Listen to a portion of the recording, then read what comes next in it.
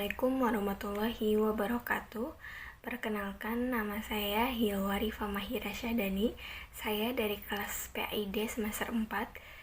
Saya dari kelompok 3 yang akan menjelaskan tentang pengertian Khulafaur Rasyidin dan masa pemerintahan Abu Bakar As-Siddiq. Khulafaur Rasyidin terbagi menjadi dua kata, yaitu khulafa yang artinya pengganti dan ar-rasyidin yang artinya mendapat petunjuk. Maka arti Khulafaur Rasyidin adalah pemimpin yang menggantikan Rasulullah dalam mengatur kehidupan umat manusia menjadi adil, bijaksana, cerdik, selalu melaksanakan tugas dengan benar dan mendapat petunjuk dari Allah Subhanahu wa taala. Ada 4 sahabat Rasulullah yang menjadi Khulafaur Rasyidin, yaitu yang pertama ada Abu Bakar As-Siddiq, yang kedua ada Umar bin Khattab, yang ketiga Utsman bin Affan, yang keempat yaitu Ali bin Abi Thalib. Adapun pencetus nama Khulafaur Rasyidin berasal dari orang-orang muslim yang paling dekat dari Rasul setelah meninggalnya beliau. Mereka menganggap bahwa 4 tokoh ini adalah orang yang selalu mendampingi Rasul selama menjadi pemimpin dan dalam menjalankan tugasnya. Khulafaur Rasyidin ini bertugas sebagai menggantikan Rasulullah dalam masalah kenegaraan, yaitu sebagai kepala negara ataupun kepala pemerintahan dan pemimpin agama. Khulafaur Rasyidin ini melaksanakan tugasnya selalu mengutamakan musyawarah bersama, sehingga setiap kebijakan yang diambil tidak bertentangan dengan umat muslim. Khulafaur Rasyidin ini merupakan pemimpin yang dipilih langsung oleh para sahabat melalui mekanisme yang demokratis. Siapa yang terpilih, maka sahabat lain memberikan baiat atau sumpah setia pada calon tersebut. Ada 2 cara dalam pemilihan ini, yaitu pertama secara musyawarah oleh para sahabat Nabi, yang kedua berdasarkan atas penunjukan khalifah sebelumnya. Kepemimpinan pada masa Abu Bakar As-Siddiq. Beliau bernama Abdullah bin Utsman bin Amir bin Amr bin Ka'ab bin Sa'ad bin Ta'im. Beliau diberi gelar Atik dan diberi kunyah Abu Bakar. Kemudian lebih dikenal dengan Siddiq. Pada masa jahiliyah, beliau ini sangat terpandang oleh suku Quraisy. Setelah Rasulullah wafat, orang-orang Ansor ini merasa mereka membutuhkan seorang khalifah yang akan mengurusi urusan-urusan mereka di Madinah. Kemudian orang-orang Ansor ini berkumpul di Saqifah Bani Saidah dan melakukan musyawarah. Nah, dalam musyawarah ini mereka memilih Sa'ad bin Ubadah. Kemudian mereka melantiknya sebagai khalifah. Kemudian Abu Bakar, Zubair, dan Umar mendatangi mereka, dan kemudian Abu Bakar berpidato, sesungguhnya orang-orang Arab tidak mengakui kekuasaan ini kecuali untuk orang-orang Quraisy. Umar ini menyetujui apa yang dikatakan oleh Abu Bakar tadi. Kemudian Umar mengusulkan bahwa agar pucuk kekuasaan dilaksanakan secara bergilir. Pertama kali dipegang oleh kaum Ansor dan kemudian dipegang oleh kaum Muhajirin. Namun usulan ini ditolak. Nah, setelah kaum Ansor mengetahui bahwa kaum Muhajirin akan tetap diam di Madinah dan tidak akan pernah meninggalkannya, maka mereka menerimanya dengan lapang dada, bahwa kaum Muhajirin memang lebih berhak dan mengendalikan kekuasaan ini. Nah, semuanya sepakat, maka Umar maju dan membaiat Abu Bakar, yang kemudian dilihat oleh semua orang yang ada di Saqifah. Masa pemerintahan Abu Bakar ini sangatlah pendek karena hanya 2 tahun 3 bulan saja. Tetapi pada masa Abu Bakar ini penuh dengan perbuatan-perbuatan dan aksi-aksi yang agung. Nah, itu antara lain pemberangkatan pasukan Usamah bin Zaid sesuai dengan pesan Rasulullah. Yang kedua yaitu perang melawan orang-orang murtad. Yang ketiga, perang Yamamah. Nah, pada perang ini ditemui banyak sahabat yang meninggal dunia atau mati syahid. Di antaranya adalah para penghafal Al-Quran. Maka dari itu Abu Bakar inisiatif untuk menghimpun Al-Quran dalam satu mushaf. Yang keempat yaitu penaklukan Islam. Persia ini mendominasi wilayah yang sangat luas, yang meliputi Irak, bagian barat Syam, bagian utara Jazirah Arab. Untuk melakukan jihad pada daerah tersebut, maka Abu Bakar mengangkat Khalid bin Walid dan Musanna bin Haritha sebagai panglima. Kemudian di wilayah barat atau Romawi, Abu Bakar memberangkatkan pasukan-pasukan Islam, antara lain yaitu yang pertama ada pimpinan di bawah Yazid bin Abu Sufyan yang ke Damaskus. Yang kedua ada di bawah pimpinan Amr bin As ke Palestina. Yang ketiga ada pasukan di bawah pimpinan Syarahbil bin Hasanah yang ke Jordania. Yang terakhir ada di bawah pimpinan Abu Ubaidah ibnul Jarrah yang ke Hims. Pertempuran ini terjadi di pinggir sungai Yordania yang disebut Yarmuk. Saat perang berlangsung, datanglah kabar bahwa Khalifah Umar bin Khattab ini meninggal dunia sehingga digantikan oleh Umar. Peristiwa ini terjadi pada bulan Jumadil Akhir tahun 634 Masehi. Yang keenam ada penghimpunan Al-Quran. Abu Bakar Asy-Siddiq ini memerintahkan Zaid bin Sabit untuk menghimpun Al-Quran dari pelepah kurma, kulit binatang, dan dari hafalan kaum muslimin. Hal ini dilakukan untuk menjaga kelestarian Al-Quran setelah syahidnya beberapa orang penghafal Al-Quran yang meninggal di perang Yamamah. Ketika Abu Bakar merasa dirinya sudah mendekati kematian dan sakitnya semakin parah, beliau memilih khalifah selanjutnya yang jatuh kepada Umar bin Khattab. Dia pun menulis surat wasiat untuk membaiat Umar. Beberapa hari setelahnya Abu Bakar meninggal dunia, dan ini terjadi pada bulan Jumadil Akhir tahun 634 Masehi. Sekian presentasi dari saya. Wabillahi taufiq wal hidayah. Wassalamualaikum warahmatullahi wabarakatuh.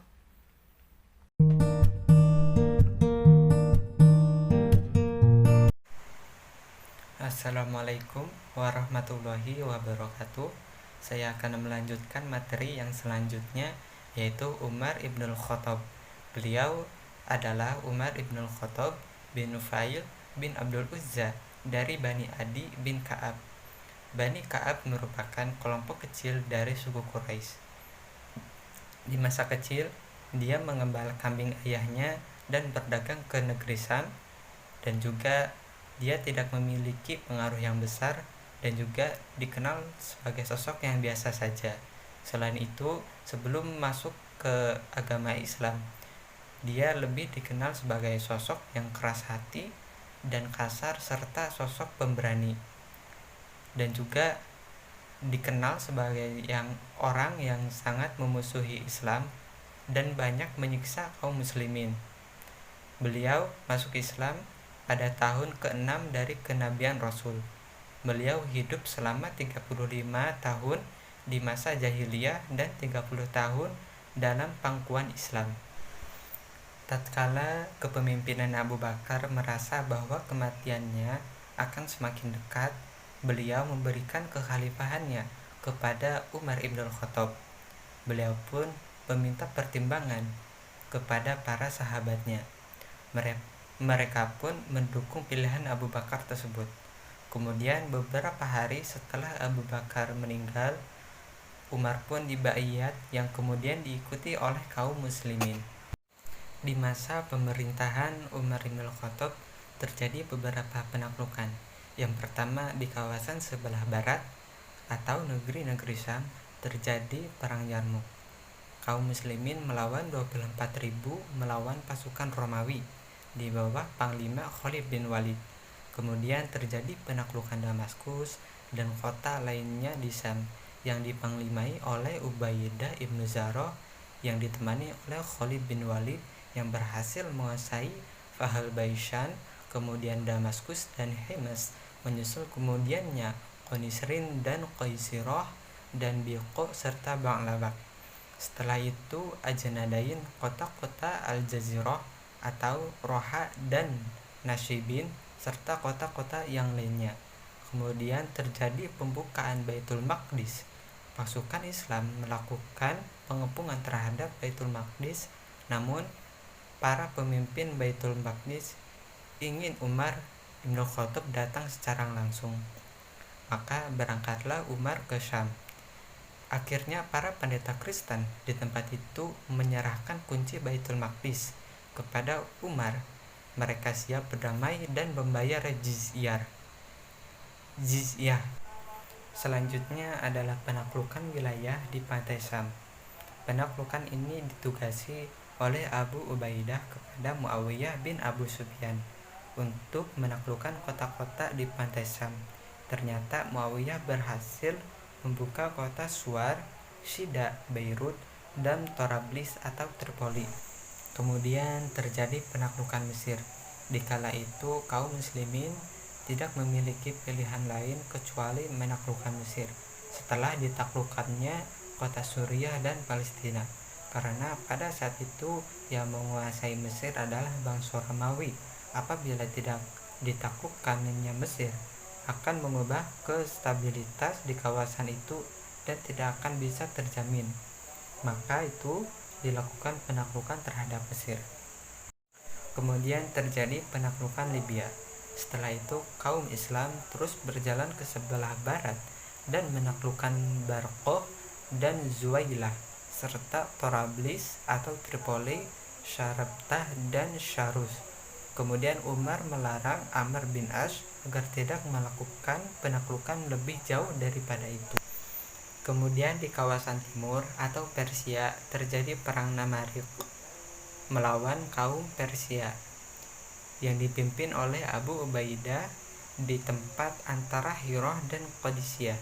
Setelah itu terjadi perang Jizar.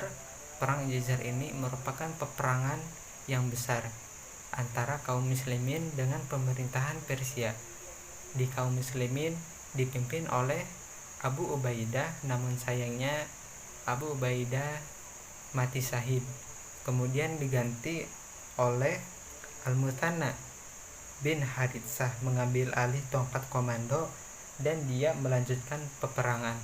Setelah itu dia menarik mundur pasukan Islam. Pada peperangan itu dia mengalami luka yang sangat parah. Kemudian perang Buaib. Buaib ini berdekatan dengan Kufah. Kaum muslimin yang dipimpin oleh Al-Muthanna mengalami kemenangan yang cemerlang yang dibantui oleh Sa'ad bin Abi Waqqas yang kemudian menjadi panglima perang. Kemudian terjadi perang Qadzah Kubra. Sa'ad bin Abi Waqqas bersama pasukannya datang ke wilayah Persia dan membuat base militer di Qadzah. Kemudian Jasnazir, kaisar Persia, mengirimkan pasukannya yang berjumlah 120.000 di bawah kepemimpinan Rustum. Kemudian Sa'ad bin Abi Waqqas mengirimkan beberapa utusan kepada Rustum untuk ditanyai beberapa hal. Yang pertama, memeluk Islam. Yang kedua, membayar jizyah atau berperang. Maka terjadilah peperangan yang sengit berlangsung selama 4 hari. Pasukan Persia menggunakan pasukan gajah yang besar, namun kaum muslimin berhasil mencokel matanya sehingga membuat gajah itu mengamuk dan menyerang pasukan Persia itu sendiri. Peperangan berakhir dengan kemenangan berada di pihak kaum muslimin. Kemudian penaklukan ibu kota Persia dan akhir dari kekaisaran Persia. Kaum muslimin terus menuju ke Madain. Saat dalam perjalanan mereka berjumpa dengan pasukan Persia. Kemudian pasukan Persia itu tinggal di kota Bahar Sir yang ditutup oleh benteng yang kuat. Mereka melarikan diri ke Madain yang dikejar oleh pasukan Islam. Setelah itu terjadi penaklukan Madain. kaum muslimin memasuki Madain yang merupakan ibu kota dan pusat pemerintahan dari Kekaisaran Persia.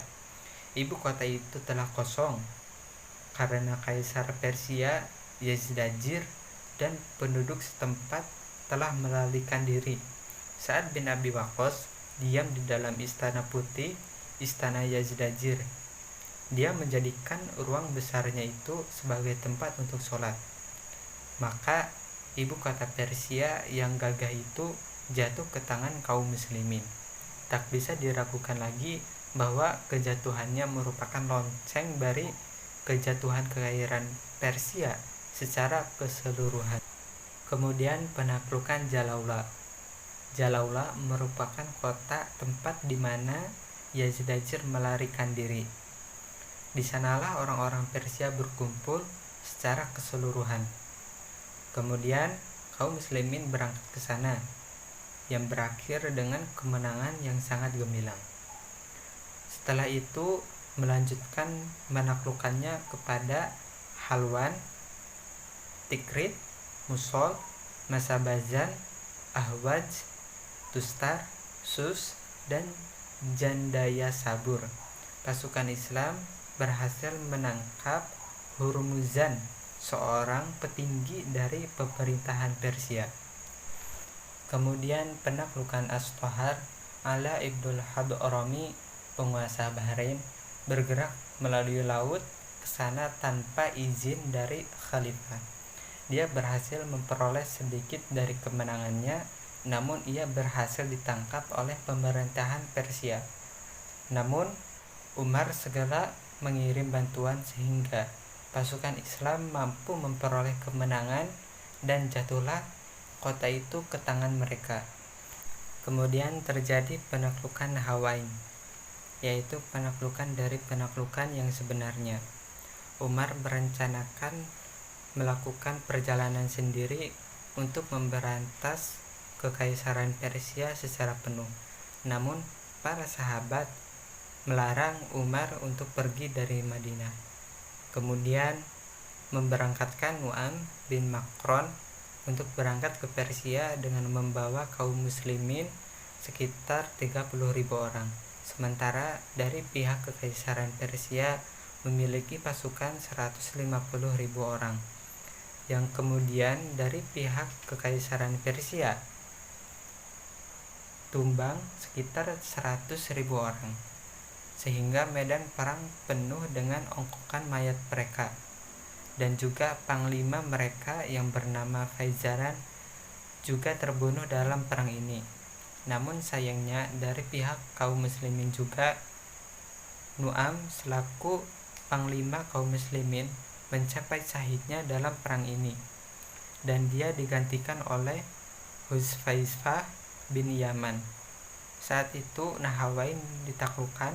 Jatuhnya Nahawain merupakan sebuah kemenangan yang besar. Setelah itu pasukan Islam terus bergerak maju dan berhasil menaklukkan Asbahan, Fasan atau Qum, dan Karman. Kemudian terjadi penaklukan ke berbagai wilayah Persia oleh pasukan Islam. Pada saat itu Umar menolak permintaan pasukan Islam untuk melakukan penaklukan ke berbagai pelosok Persia karena dia khawatir kaum muslimin mengalami kekalahan dan kehilangan jati dirinya. Namun Ahnaf bin Qais berhasil meyakinkannya, yang kemudian seluruh kota yang ada di Persia berhasil ditaklukkan, yaitu Nu'am bin Makron berhasil menaklukkan Ham dan kemudian Rai, sedangkan Qurosah bin Amr berhasil menaklukkan Babul Abwab. Kemudian Ahnaf bin Qais berhasil menaklukkan Khurasan. Kemudian Utsman bin Abul Ash berhasil menaklukkan sisa kota Astaqror, Syiraz, dan Armenia. Kemudian Hashim bin Amr At-Tamimi berhasil menaklukkan Sajistan. Kemudian Sahal bin Adi berhasil menaklukkan Karman. Kemudian Hakim At-Ta'labi berhasil menaklukkan Makron. Kemudian Utbah bin Fakrob berhasil menaklukkan wilayah barat Laut Persia. Yang demikian kekaisaran Persia itu dihilangkan dari wujud. Pembahasan yang selanjutnya yaitu peradaban Islam pada masa Umar ibn al-Khattab. Yang pertama, menetapkan hukum tentang masalah-masalah yang baru. Dalam hal ini, Umar memiliki jangkauan yang menyeluruh terkait ajaran Islam. Misalnya, mengenai ghanimah atau harta rampasan perang, surah An-Anfal mengajarkan bahwa harta rampasan perang termasuk tanah harus dibagikan dengan cara tertentu, sebagian untuk para tentara yang berperang. Yang kedua, memperbaharui organisasi negara. Pada masa Rasul, sesuai dengan keadaannya, organisasi negara masih sederhana. Tetapi ketika masa Khalifah Umar, di masa umat Islam sudah terdiri dari bermacam-macam bangsa dan urusannya makin meluas, maka disusunlah organisasi negara sebagai berikut. Organisasi politik terdiri dari al-khilafat atau kepala negara, al-wizarat atau istilah zaman sekarangnya menteri lah. Kemudian al-kitabat atau sekretaris negara. Kemudian administrasi negara. Pada masa Umar bin Khattab ini, administrasi negara dibagi menjadi departemen-departemen. Yang pertama, Diwan Al-Juni atau Badan Pertahanan Keamanan.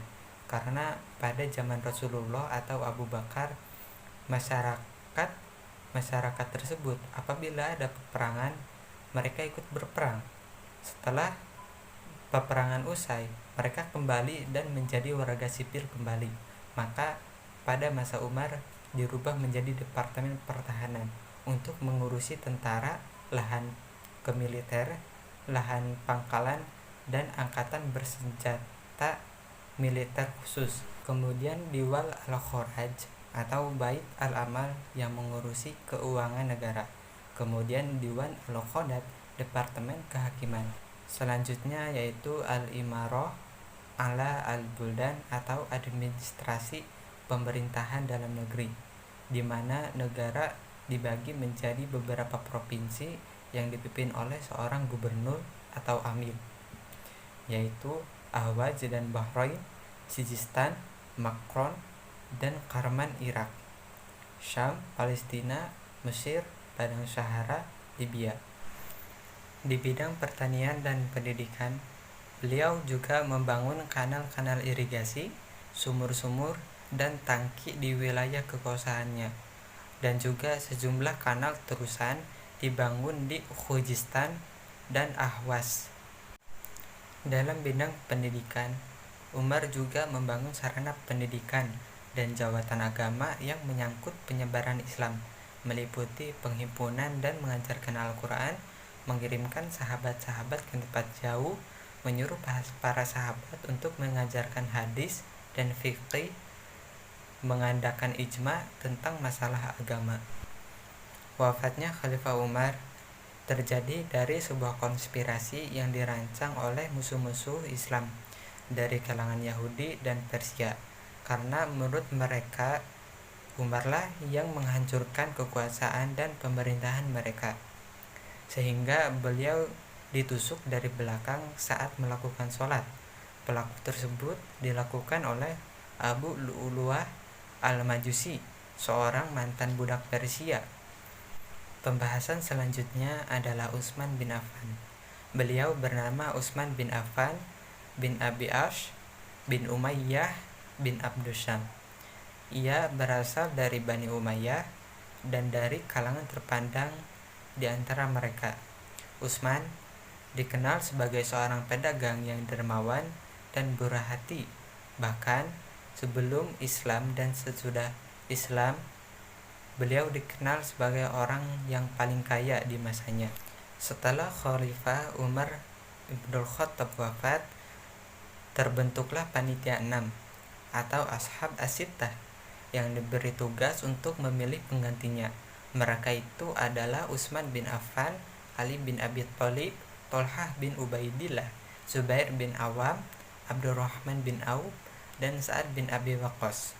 Hasil akhir dari sidang tersebut, terpilihlah dua wakil yang sangat kuat, yaitu Ali dan Utsman. Berdasarkan hasil sidang dan pendapat dari kalangan masyarakat, Abdurrahman sebagai ketua dari sidang menetapkan Utsman sebagai khalifah ketiga dalam usia 70 tahun setelah 4 hari Umar wafat.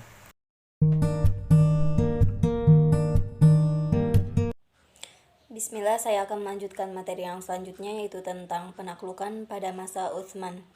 Terbagi menjadi dua, yaitu di wilayah barat dan di wilayah timur. Di wilayah barat seperti di Iskandaria, dipimpin oleh Amr bin As, lalu di Tarabilis, di Bizantium, Siprus, dan juga ada perang Zatus Sawari yang terjadi di laut. Perang ini ialah pertama kali terjadi di laut karena ketika kekhalifahan Umar itu tidak mengizinkan pasukan muslim untuk berperang di laut. Perang ini melawan pasukan Romawi dan terjadi di pantai Kilikia. Lalu selanjutnya di wilayah timur seperti di Fargana yang dipimpin oleh Umair bin Utsman, lalu di Kabul, di Jurjan, di Persia, dan masih banyak wilayah lainnya. Selanjutnya yaitu tentang wafatnya Utsman bin Affan. Jadi waktu itu ada sekelompok pemberontak yang mengepung kediaman Utsman, rumah Utsman. Lalu Utsman memerintahkan gubernur untuk mengirimkan pasukan ke Madinah atau ke rumahnya. Dan ada kabar juga bahwa bakal ada pasukan bantuan untuk menakut-nakuti para pemberontak itu. Nah, tetapi si para pemberontak itu malah menyerbu masuk ke rumah Utsman dengan cara melompati pagar, dan mereka membunuh Utsman dengan pedang, dan mereka juga merampok harta Baitul Mal. Peristiwa ini terjadi pada bulan Dzulhijjah tahun 35 Hijriah atau 656 Masehi. Baik, materi yang selanjutnya yaitu tentang kekhalifahan Ali bin Abi Thalib. Biografi Ali bin Abi Thalib. Ali bin Abi Thalib bin Abdul Muthalib merupakan sepupunya Rasulullah. Rasulullah menikahkan putrinya yaitu Fatimah kepada Ali. Sejak kecil, Ali ini dididik di rumahnya Rasulullah. Nah, Ali masuk Islam pada umur 10 tahun kurang. Jadi dia merupakan orang yang pertama kali masuk Islam dari kalangan anak-anak. Ali juga merupakan salah satu dari 10 sahabat yang dijamin masuk surga oleh Rasulullah. Nah, Ali ini orangnya sangat berani, lalu lidahnya juga sangat fasih dan memiliki pengetahuan yang sangat luas. Ali bin Abi Thalib juga sangat dekat dengan khalifah yang lain, yaitu Abu Bakar As-Siddiq, Umar bin Khattab, dan Utsman bin Affan. Materi yang selanjutnya yaitu tentang pembaiatan Ali. Tidak ada satupun para sahabat yang ingin menjadi khalifah, meneruskan khalifah Utsman, tetapi mereka juga enggan untuk membaiat khalifah Ali, karena menurut mereka khalifah Ali ini selalu mengedepankan pendapatnya sendiri dan jarang mengajak untuk bermusyawarah, sehingga hal inilah yang menyebabkan khalifah Ali banyak ditinggalkan oleh para pembesar Quraisy dan para sahabat-sahabat. Lalu selanjutnya kebijaksanaan Ali. Kebijaksanaan Khalifah Ali ini ada dua. Yang pertama itu memecat gubernur-gubernur yang sudah diangkat oleh Khalifah Utsman, termasuk juga Muawiyah yang memang sudah menjadi gubernur Syam semenjak Khalifah Umar. Nah, lalu kebijakan yang kedua itu mengambil kembali tanah-tanah negara yang sudah diperjualbelikan oleh kroni-kroni atau orang-orang terdekatnya Khalifah Utsman. Materi yang selanjutnya ialah mengenai konflik yang terjadi pada masa kekhalifahan Ali bin Abi Thalib. Yang pertama ialah ada perang Jamal, di mana perang ini antara Muawiyah dan Ali. Muawiyah bin Abi Sufyan ialah gubernur Syam. Ia tidak membaiat Ali sebagai khalifah. Nah, yaitu menuntut atas kematian Utsman kepada Ali. Sedangkan Ali bin Abi Thalib itu tidak menjadikan masalah ini sebagai prioritasnya gitu, karena memang kondisi yang masih sangat labil. Nah, oleh karenanya orang-orang Syam itu tidak taat lagi pada kekhalifahan Ali ini. Dan Muawiyah juga menyatakan memisahkan diri dari kekhalifahan Ali. Maka Ali pun segera menetapkan untuk memerangi Muawiyah. Berangkatlah Ali bersama pasukan dari Kufah. Dia telah memindahkan pusat pemerintahannya dari Madinah ke Kufah. Nah, pada saat itu juga Aisyah yang disertai oleh Zubair dan Tolha itu mereka dari Mekah itu menuju ke Basroh untuk menetap di sana. Nah, mereka sampai di sana dan menguasai Basroh. Bahkan mereka berhasil meringkus para pembunuh Utsman. Mereka mengirimkan surat ke beberapa wilayah untuk melakukan hal yang sama. Akhirnya Ali pun mengubah rute perjalanannya yang tadinya mau ke Syam jadi ke Basroh. Nah, Ali mengirimkan beberapa utusan kepada Aisyah dan orang-orang yang bersamanya dan menerangkan dampak negatif dari apa yang mereka lakukan. Mereka puas dengan apa yang dikatakan oleh Ali dan mereka kembali ke base pasukan untuk melakukan kesepakatan damai. Nah, akhirnya keduanya ini hampir saja melakukan kesepakatan damai. Namun Abdullah bin Sabah dan pengikutnya yang menyimpang merasa ketakutan dan mereka melihat bahwa pertempuran harus terjadi antara Aisyah dan Ali gitu.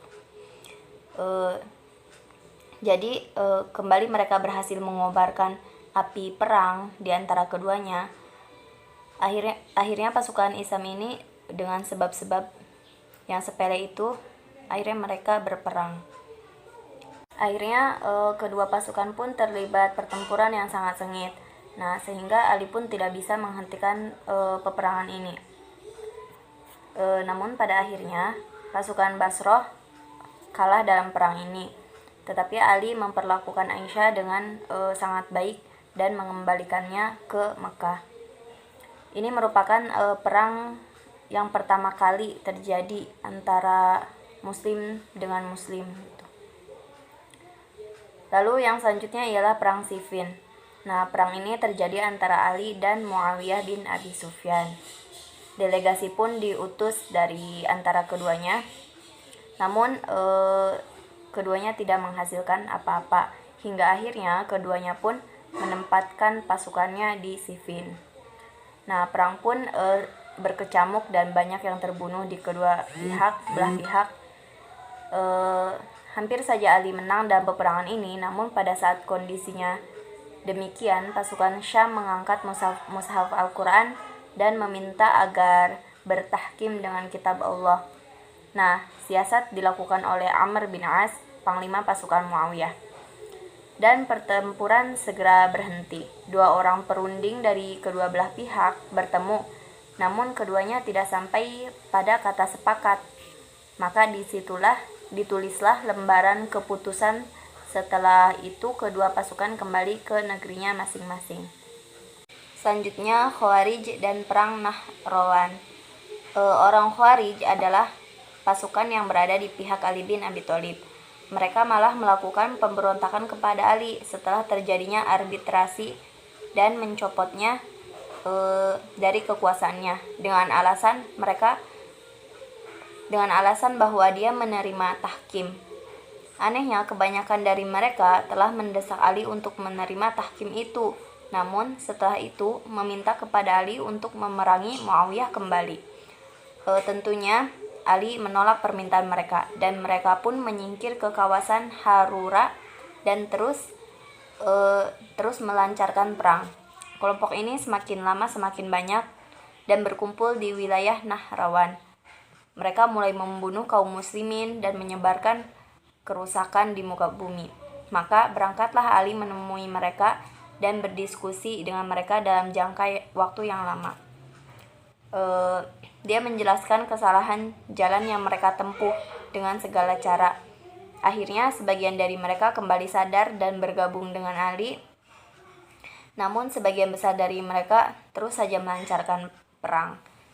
Akhirnya perang meletus dan Ali berhasil menghancurkan mereka.